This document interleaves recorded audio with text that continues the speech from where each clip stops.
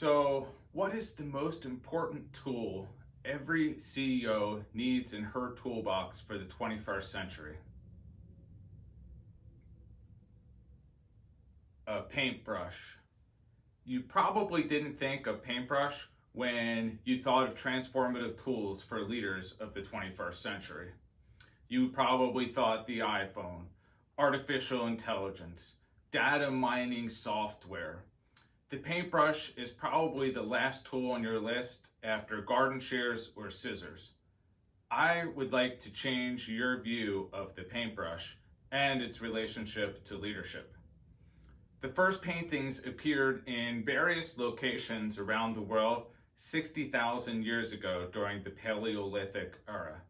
The most well-known paintings in Spain and France date to around 40,000 years ago. They depict buffalo, deer, human hands in wonderful detail and life.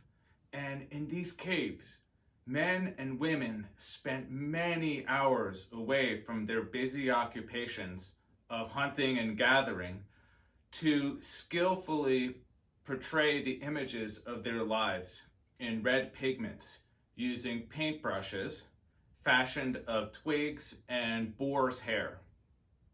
Meanwhile, the cavemen efficiency experts of the time were saying, we really shouldn't be expending our limited time and resources painting.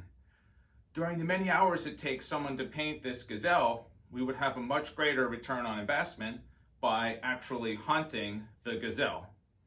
The numbers don't justify it, but the creative will cannot be suppressed.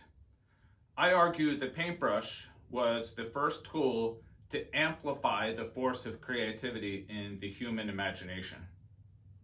And the paintbrush is still with us. It hasn't changed much. Meanwhile, humans have been inventing ever more complex tools to express their own creative impulses. I propose that creativity, as symbolized by the paintbrush, is the key to unlocking the potential within organizations, businesses, and governments in the 21st century.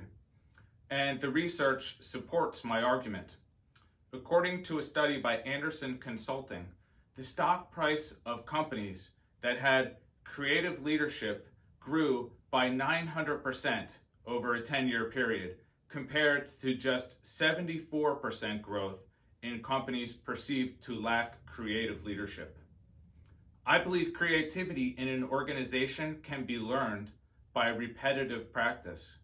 And what I propose to the leaders of the 21st century is to untether your team from the binds of productivity and invite them into the cave with a torch and a paintbrush to revisit the imagination.